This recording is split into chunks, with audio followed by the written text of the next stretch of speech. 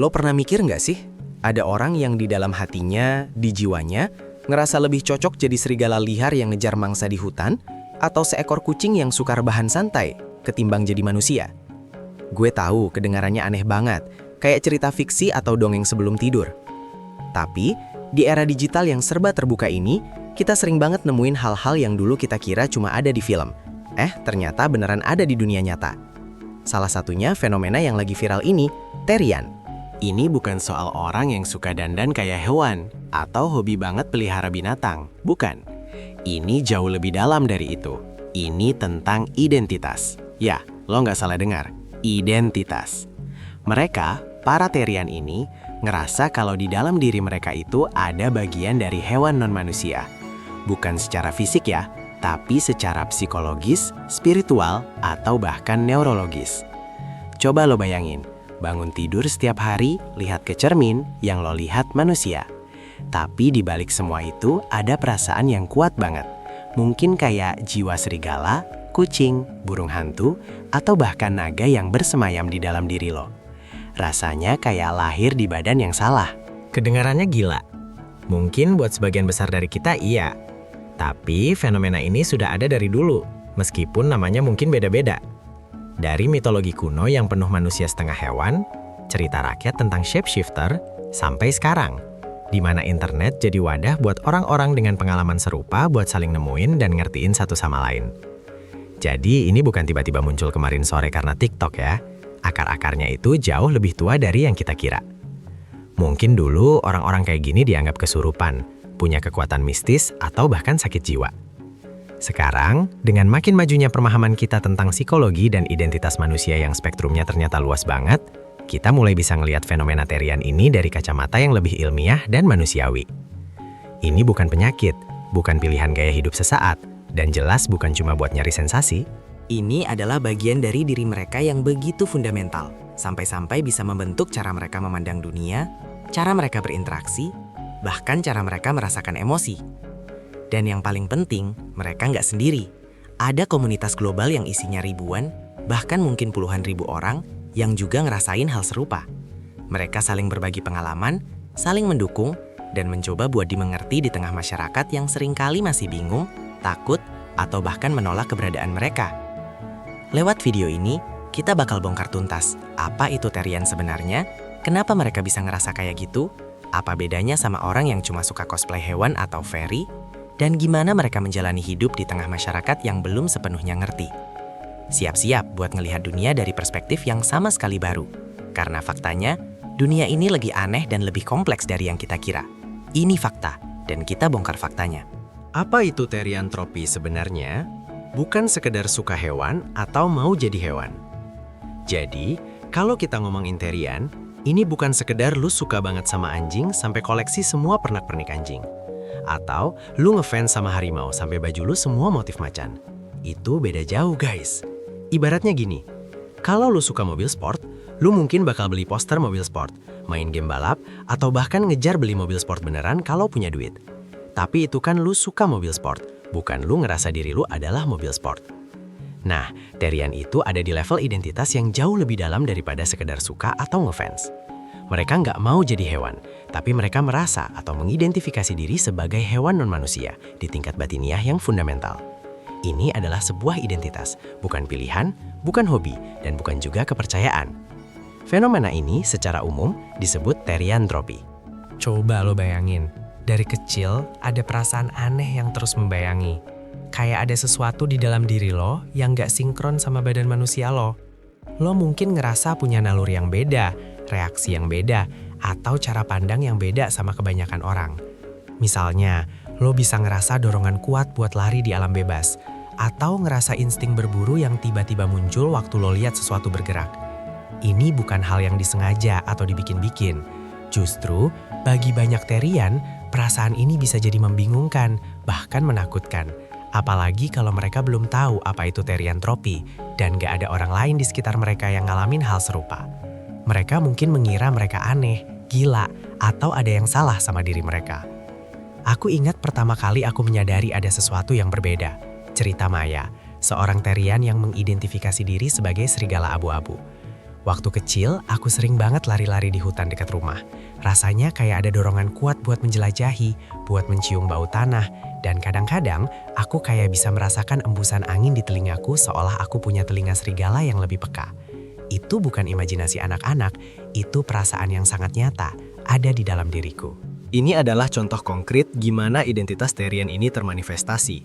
Ini bukan delusi. Mereka tahu kok kalau fisiknya manusia. Tapi di alam batin mereka, ada koneksi yang sangat kuat dengan spesies hewan tertentu.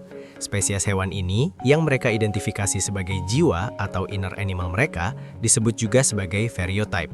Stereotype ini bisa bermacam-macam, mulai dari mamalia seperti serigala, kucing, anjing, beruang, sampai burung, reptil, bahkan hewan mitologi seperti naga atau griffin. Yang perlu digarisbawahi, theriantropi ini adalah identitas involunter. Artinya, lo nggak milih buat jadi Therian, tapi emang terjadi sama lo. Kayak lo nggak milih buat jadi orang Indonesia atau nggak milih buat punya warna mata tertentu. Itu emang udah dari sananya. Banyak Therian bilang kalau mereka udah ngerasain ini dari kecil, jauh sebelum mereka tahu ada istilah theriantropi. Penemuan istilah ini justru seringkali jadi momen pencerahan bagi mereka. Sebuah momen di mana mereka akhirnya menemukan nama untuk perasaan aneh yang mereka alami seumur hidup. Rasanya kayak pulang ke rumah, kata Rio, seorang Therian kucing liar. Dulu aku merasa sendirian, nggak ada yang ngerti kenapa aku lebih nyaman tidur di bawah meja atau kenapa aku sering pengen ngejar laser pointer. Begitu aku nemuin komunitas Therian online, rasanya lega banget. Ternyata aku nggak gila. Ada beberapa cara theriantropi ini bisa termanifestasi, yang disebut dengan shifts. Ini bukan perubahan fisik jadi hewan ya, sekali lagi. Ini perubahan pengalaman mental atau persepsi. Ada beberapa jenis shifts. Mental shift. Ini adalah pengalaman di mana pola pikir, insting, atau emosi seseorang jadi lebih mirip dengan stereotype mereka. Misalnya, Therian serigala mungkin merasakan dorongan kuat untuk melindungi pack mereka, atau jadi lebih peka terhadap lingkungan sekitar, kayak serigala yang lagi berburu. Phantom shift. Ini adalah sensasi fisik yang dirasakan tanpa ada perubahan fisik yang nyata. Therian bisa merasakan sensasi punya ekor, telinga, cakar, atau bahkan sayap yang nggak kelihatan secara fisik. Rasanya nyata banget, seolah bagian tubuh itu memang ada dan bergerak. Aku sering banget ngerasain ekor kucingku bergerak waktu aku lagi santai, padahal nggak ada apa-apa di punggungku. Cerita Sarah, seorang Therian kucing. Itu bukan cuma sensasi gatal, tapi benar-benar terasa ada bobot dan gerakannya. Dream shift terjadi saat tidur, di mana Therian bermimpi sebagai stereotype mereka, atau punya mimpi yang sangat jelas dan imersif tentang menjadi hewan tersebut. Sensory shift, peningkatan kepekaan pada indera tertentu, seperti penciuman atau pendengaran, mirip dengan indera stereotype mereka. Cameo shift, ini adalah shift yang nggak berhubungan dengan stereotype utama. Jadi misalnya Therian serigala bisa aja tiba-tiba ngerasain shift menjadi burung hantu untuk sesaat. Ini biasanya cuma sementara.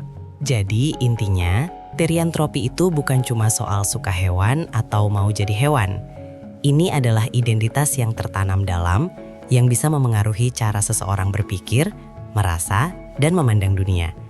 Ini adalah spektrum pengalaman yang luas, dan bagi mereka yang mengalaminya, ini adalah bagian tak terpisahkan dari siapa diri mereka. Memahami theriantropi berarti membuka pikiran kita untuk menerima bahwa identitas manusia itu jauh lebih beragam dan kompleks dari yang sering kita bayangkan.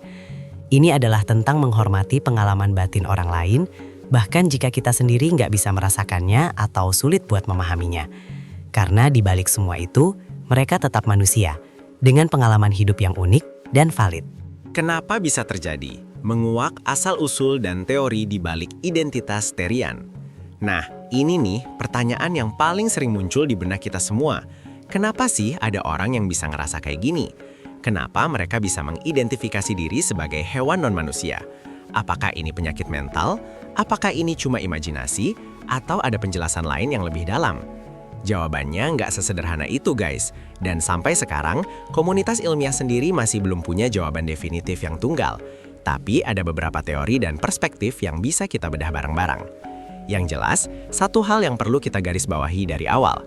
Theriantropi dalam konteks modern bukanlah penyakit mental. Ini sangat penting buat dipahami. Mereka yang mengidentifikasi sebagai Therian tahu kok kalau fisiknya manusia. Mereka nggak mengalami delusi atau kehilangan kontak dengan realita. Beda sama kondisi medis seperti lycanthropy klinis, di mana penderitanya benar-benar percaya secara delusional bahwa mereka adalah hewan atau bisa berubah jadi hewan. Terian modern itu jauh berbeda. Mereka sadar penuh akan realita fisik mereka sebagai manusia. Salah satu teori yang paling banyak dibahas adalah perspektif psikologis dan neurodivergensi. Beberapa peneliti dan Terian sendiri percaya bahwa identitas teriantropi ini mungkin berakar pada variasi neurologis atau cara kerja otak yang sedikit berbeda. Bayangin aja, setiap orang kan punya cara yang unik dalam memproses informasi, merasakan emosi, atau bahkan membangun konsep diri. Mungkin bagi sebagian orang, perkembangan identitas inti mereka secara inheren terhubung dengan pola pikir atau esensi dari suatu spesies hewan. Ini bisa jadi semacam wiring otak yang berbeda, bukan kerusakan, tapi lebih ke arah keberagaman dalam spektrum pengalaman manusia.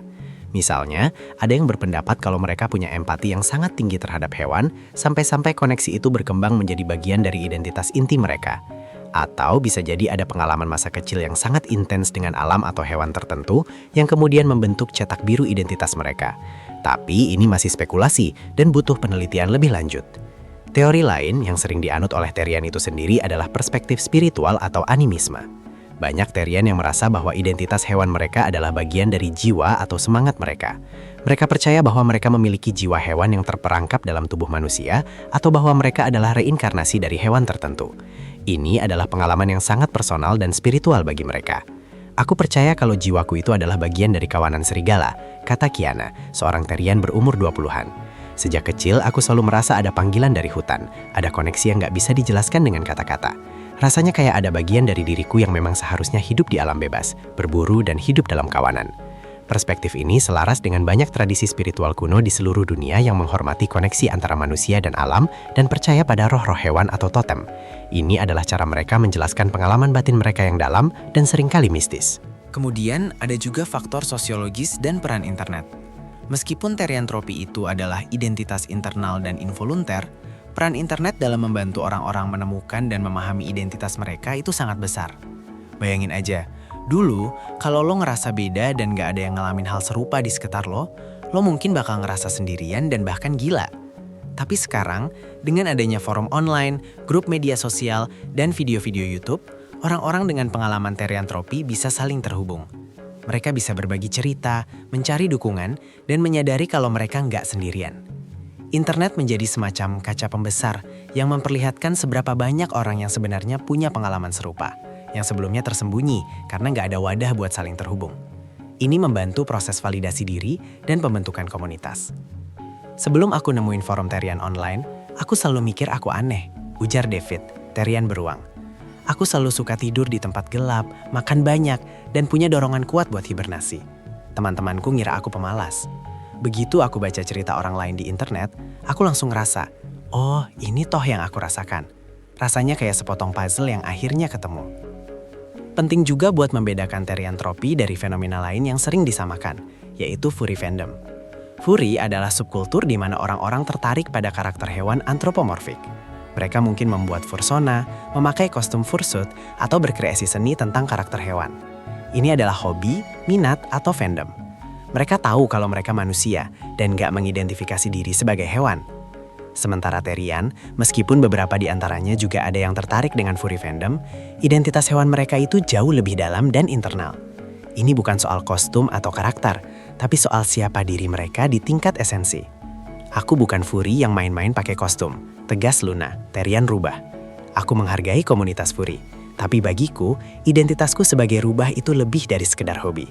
Itu adalah bagaimana aku merasakan duniaku, bagaimana aku berpikir, dan bagaimana aku hidup. Mitos versus fakta, membongkar kesalahpahaman dan stigma sosial terhadap Terian.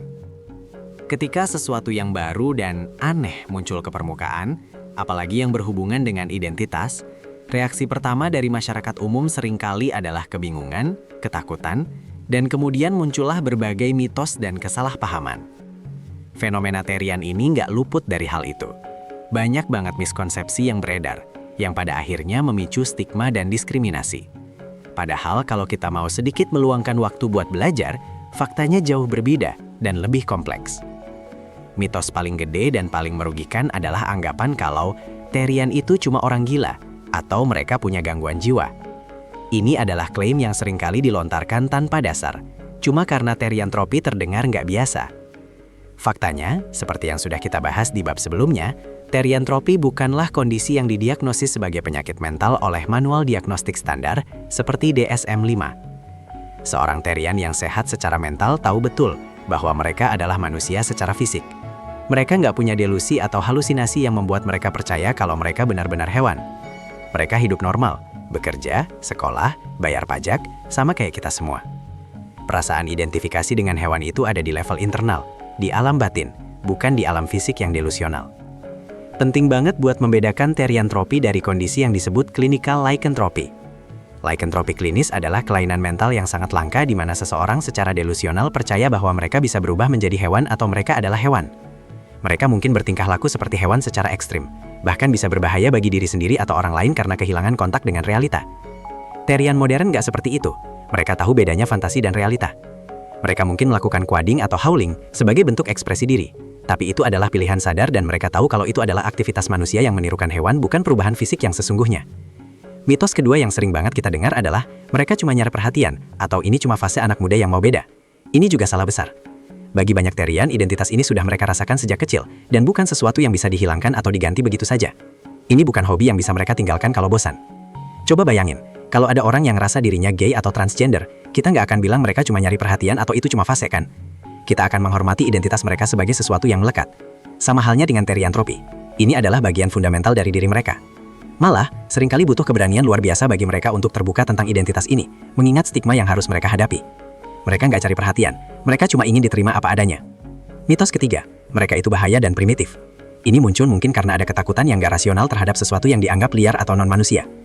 Faktanya, terian adalah manusia yang hidup di masyarakat modern. Mereka punya etika, moral, dan hukum yang harus ditaati.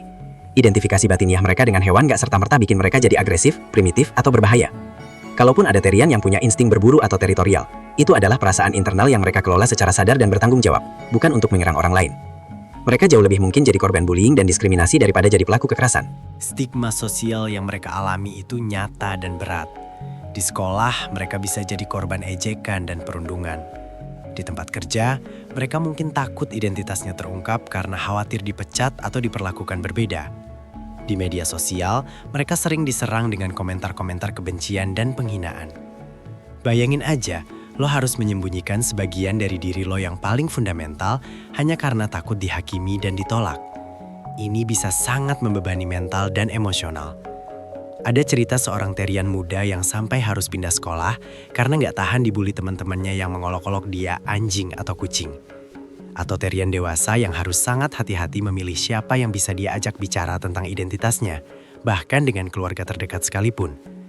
Padahal, bagi banyak terian, identitas ini justru memberikan kekuatan dan kebahagiaan. Mereka merasa lebih terhubung dengan alam, lebih peka terhadap lingkungan, dan menemukan rasa damai dalam diri mereka. Identitas terian mereka bisa jadi sumber kekuatan untuk melewati tantangan hidup. Dengan memahami stereotip mereka, mereka bisa lebih mengerti diri sendiri, naluri mereka, dan bahkan cara mereka berinteraksi dengan dunia. Ini bukan beban, tapi anugerah. Jadi intinya, melawan mitos dan stigma ini adalah tentang pendidikan dan empati.